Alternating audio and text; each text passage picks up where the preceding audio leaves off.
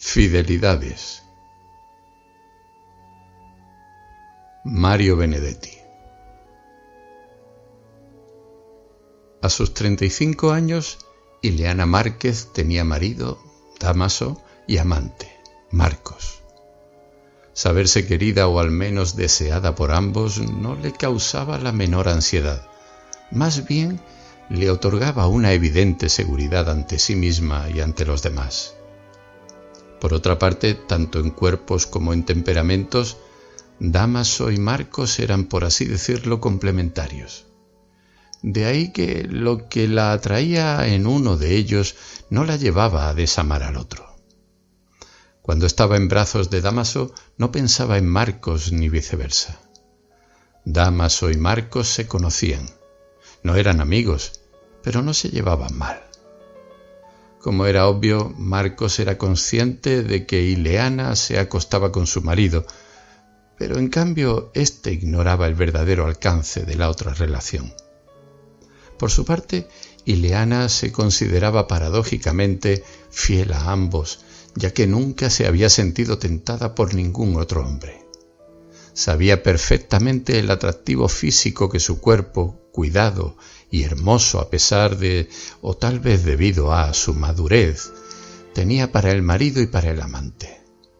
Su propia piel tersa y con un perfume propio disfrutaba por igual con la piel aterciopelada de Marcos y la casi rugosa de Dámaso.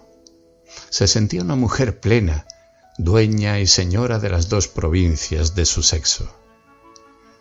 La primera alerta sobrevino una noche en que el marido concluyó desganadamente su función, y esa apatía se repitió otra noche y otra más, hasta que el acto amoroso se fue convirtiendo en un trámite esporádico, por otra parte solo provocado por ella. Primero pensó en la tan mentada astenia sexual ocasionada por el estrés o el excesivo trabajo, pero luego fue tendiendo a la autoinculpación. ¿Qué pasa conmigo?, se preguntaba frente al veterano espejo que reflejaba la imagen de siempre, ni más ni menos.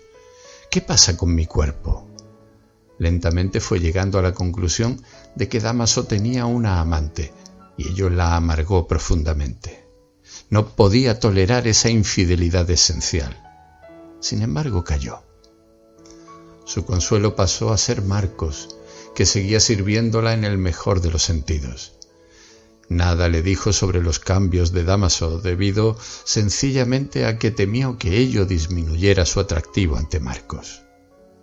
Había leído que uno de los mayores atractivos para un amante estable era que la mujer fuera profundamente deseada por su marido. Lo triste fue que una noche empezó en Marcos el mismo proceso que en Dámaso. Dijo que estaba cansado y no hicieron nada. Y luego otra vez y otra.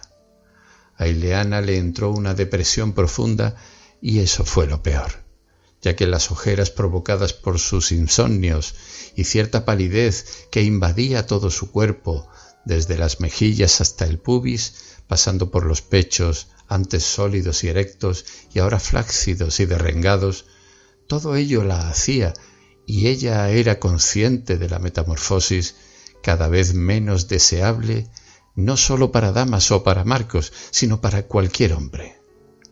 Su fidelidad bicéfala la había conducido a una dura decepción, pero lo más grave era que todavía no alcanzaba a admitir la causa real de ese fracaso. En el caso de Marcos, la astenia sexual le parecía menos verosímil que en Dámaso. ¿Habría decidido Marcos cambiar su cuerpo por el de otra amante? ¿O quizá tuviera novia? ¿Se estaría por casar y no se atrevía a confesarlo?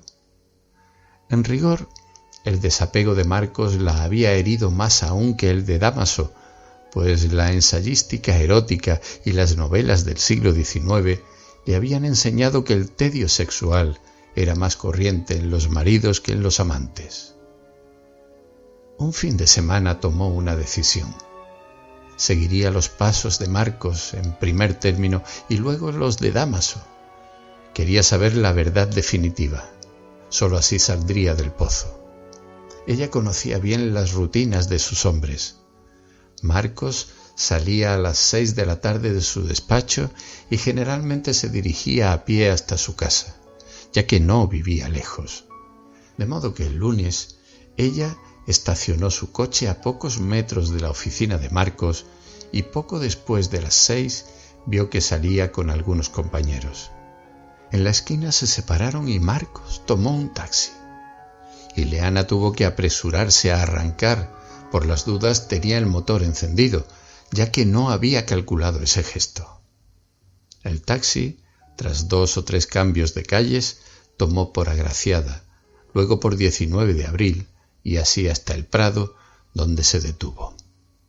Ileana también frenó su coche siempre a distancia prudencial. Marcos descendió del taxi y tomó por uno de los caminos internos del parque. Ileana dejó que se alejara un poco, luego bajó del auto y empezó a seguirlo. Vio que Marcos doblaba a la derecha y ella apresuró el paso para que no se le perdiera. Cuando por fin desembocó en el nuevo sendero, apenas iluminado por un sol que se iba, vio algo que en el primer instante la dejó estupefacta y de inmediato le restituyó como por encanto su antigua y bien amada seguridad. Marcos y Dámaso se alejaban de espaldas a ella, tomados de las manos.